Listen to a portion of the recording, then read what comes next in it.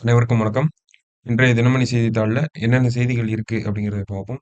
முதல்ல பார்த்தோம் அப்படின்னா, நமக்கு தேசிய மருத்துவ ஆணையத்தின் புதிய தலைவர் அப்படின்னு சொல்லி குடுத்துருக்காங்க. ஓகேவா?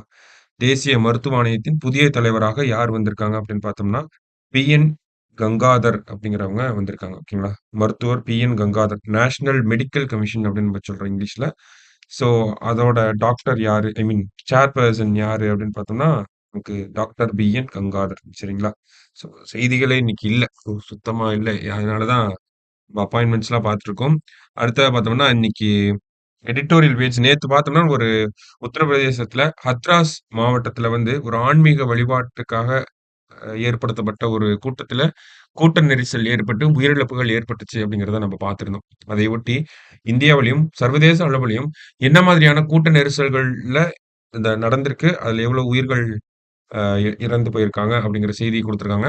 ஸோ மாவட்ட அரசாங்கமும், இந்த விழாவ நடத்துறவங்களும் என்ன மாதிரியான விஷயங்கள கருத்தில் வச்சுக்கிட்டு, இதற்கு அப்புறமா இந்த விழாக்கள நடத்தணும் அப்படிங்கிற ஒரு சில விஷயங்கள குடுத்திருக்காங்க. ஓகேங்களா? ஸோ என்ன சொல்றாங்க அப்படின்னா, இந்தியாவுல இதற்கு முன்னாடி இந்த மாதிரியான விபத்துகள பத்தி குடுத்திருக்காங்க. 2005ல பார்த்தோம்னா, மகாராஷ்டிரா மாநிலத்தில் உள்ள மந்தர் தேவி கோயில் யாத்திரை.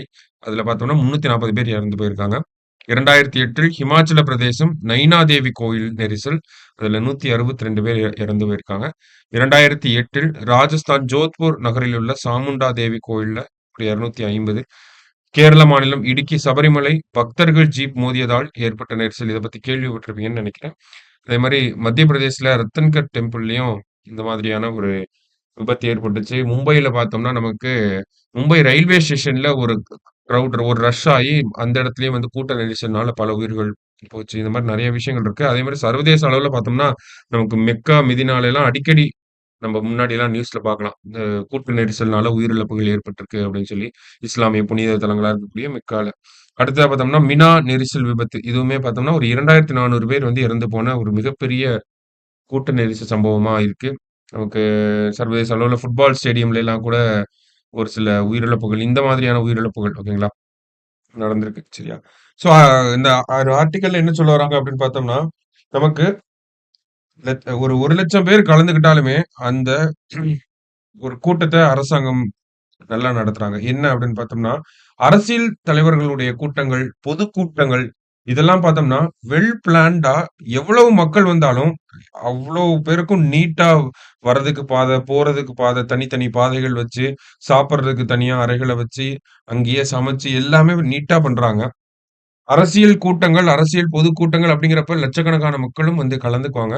இவ்வளவு பேர் வந்து கலந்துக்கக்கூடிய மீட்டிங்ஸ்ல எல்லாம் பார்த்தோம்னா, எந்த ஒரு உயிரிழப்புகளும் நமக்கு நடந்ததில்ல. நம்ம பார்த்தோம் ஒரு ஒரு செட் ஆஃப் லிஸ்ட்ட நம்ம பார்த்தோம் இல்லையா? அதுல எதுவுமே அரசியல் கூட்டத்தினால ஏற்பட்ட கூட்ட நெரிசலா நம்மனால சொல்லவே முடியாது. ஓகேவா? ஏன்னா, அரசியல் கூட்டங்கள் அப்படிங்கிறது வெல் பிளான்டா இருக்கு, வெல் ஸ்ட்ரக்சர்டா இருக்கு. மாவட்ட நிர்வாகமும் என்ன பண்றாங்க? கூடுதல் கவனம் எடுத்து ஒவ்வொரு அரசியல் பொதுக்கூட்டங்களையும் நடத்துறாங்க. அப்படி அதை கம்பேர் பண்றப்ப, மத்த கூட்டங்கள பார்க்கிறப்ப, மாவட்ட நிர்வாகம் அந்த அளவுக்கு கவனத்த செலுத்தல அப்படிங்கிறத நம்ம இதுலருந்து புரிஞ்சுக்கலாம். ஓகேங்களா? ஒரு அரசியல் கூட்டத்துக்கு குடுக்கக்கூடிய முக்கியத்துவத்த, ஆன்மீக கூட்டத்துக்கு மாவட்ட நிர்வாகங்கள் குடுக்க மாட்டேங்கிறாங்க. இல்ல தனியார் கூட்டத்துக்கு வந்து மாவட்ட நிர்வாகம் குடுக்க மாட்டேங்கிறாங்க அப்படிங்கிறத நம்ம புரிஞ்சுக்கிறோம். ஓகேங்களா?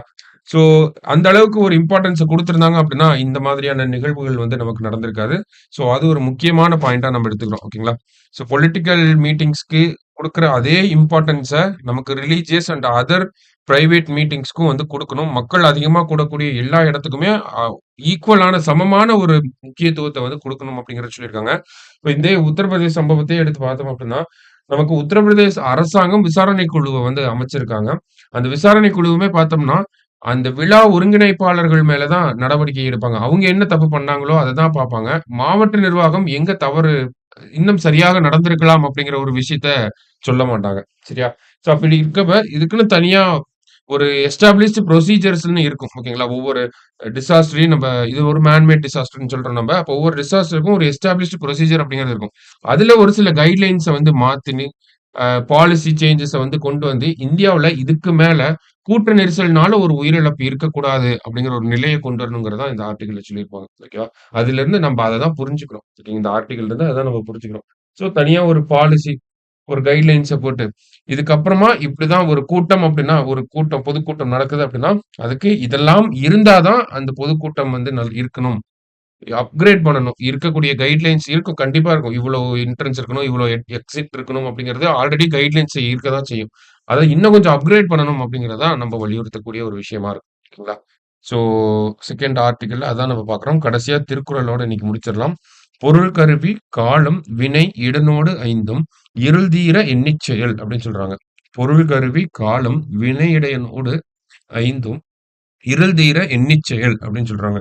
வேண்டிய பொருள், ஏற்ற கருவி, தக்க காலம், மேற்கொண்ட தொழில், உரிய இடம் ஆகிய 5னையும் மயக்கம் தீர எண்ணிச் செய்ய வேண்டும் அப்படின்னு சொல்றாங்க. ஸோ ஒரு செயல செய்யறதுக்கு முன்னாடி இந்த 5 விஷயங்களையும் யோசிச்சு பார்த்துட்டு, நல்லா யோசிச்சு பார்த்துட்டு அதுக்கப்புறம் தான் செய்யணும் அப்படிங்கிறத வள்ளுவர் சொல்றாரு. திருக்குறள் எண் 675 அதிகாரம் வினை செயல் வகை. ஓகேவா? ஸோ மத்தபடி பார்த்தோம்னா, இன்னைக்கு செய்தித்தாள்ல வேற செய்திகள் எதுவும் இல்ல. ஓகேங்களா? நமக்கு முக்கியமான செய்திகள்னா இவ்வளவு தான் இருந்துச்சு. அந்த எடிட்டோரியல் கூட நம்ம மெயின்ஸ் பாயிண்ட் ஆஃப் வியூல தான் பார்ப்போம். சரிங்களா? ஸோ நாளைக்கு செய்தித்தாள் வாசிப்புல சந்திக்கலாம். நன்றி.